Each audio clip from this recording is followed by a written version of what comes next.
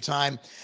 If you could compete against any past Olympia competitor in their prime, who would it be and why? And I think I know, but oh man, dude, honestly, this is really, really tough for me because I have connection to 3 Mr. Olympias like very directly, and they're all in different ways, right? So as I said before, like I grew up in Wyoming. Phil is the reason I started to compete. And I have so many connections to Phil between the college sports, growing up down there. As I came up in bodybuilding, Phil was very influential on me. He's the reason I got my hernia fixed when I was young, so that it's not a problem now. So Phil's very important to me, and would probably be that guy. But Jay is also drastically important to me.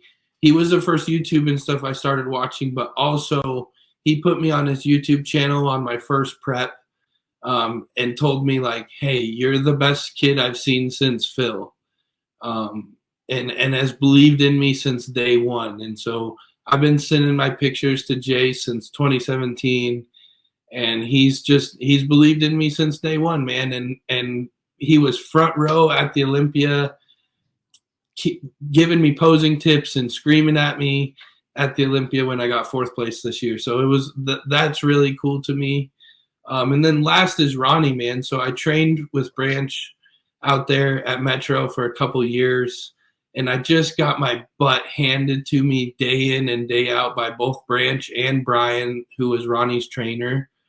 So that would be tough for me, just because all 3 of them I have such a connection with. But I think because my physique looks so similar to Phil's, or I want it to, I guess. I would want to stand next to Phil and just see what it compared to.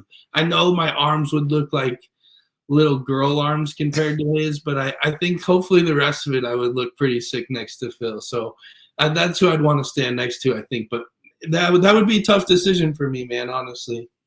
yeah, I mean, you've kind of brought this grainy conditioning that it would separate you from Phil. I mean, Phil, you had to see him in person. Pictures. Yes. I don't think people understand Phil, because they'd look at like the year he barely beat Kai, and I had Phil beating Kai, and I love Kai. A huge friend.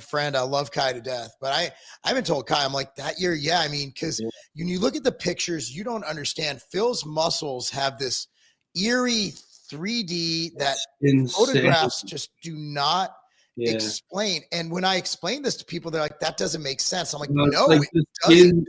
The skin is saran wrapped. It's you don't.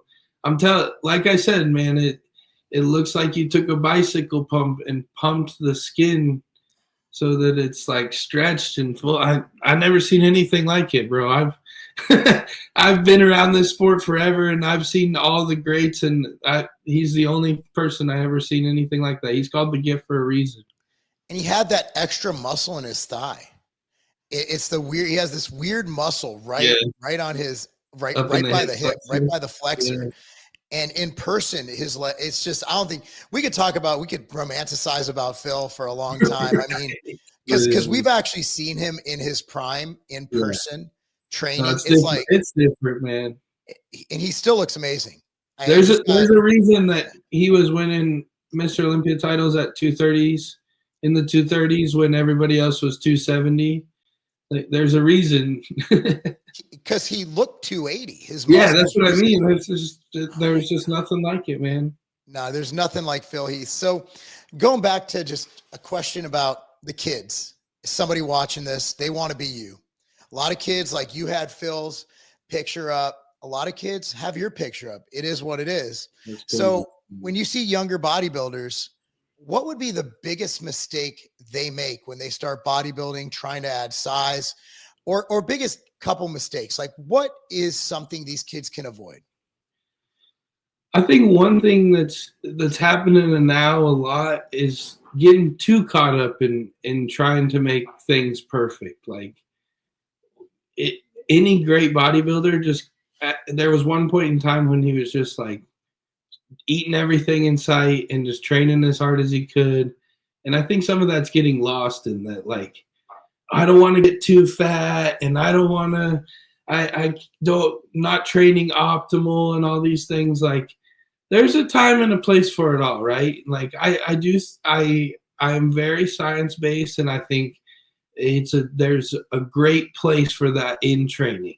So don't get me wrong, I don't think that should be overlooked. But I also think there's a time to strap your hands to a bar and grip it and rip it and just jerk some weight around and have some fun with the boys.